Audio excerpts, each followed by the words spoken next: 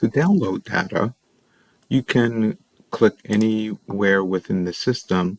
Not all visuals will be downloadable, but if a visual or a data set is downloadable, it will be downloadable via Excel. So here's an example. Go to Student Lookup, go to View List of All Students, and over here you will see a series of when you hover your cursor over the upper right corner, you will see these white squares. If you click on the ellipsis where it says More Options, and then you can go ahead and then you can click on Export Data.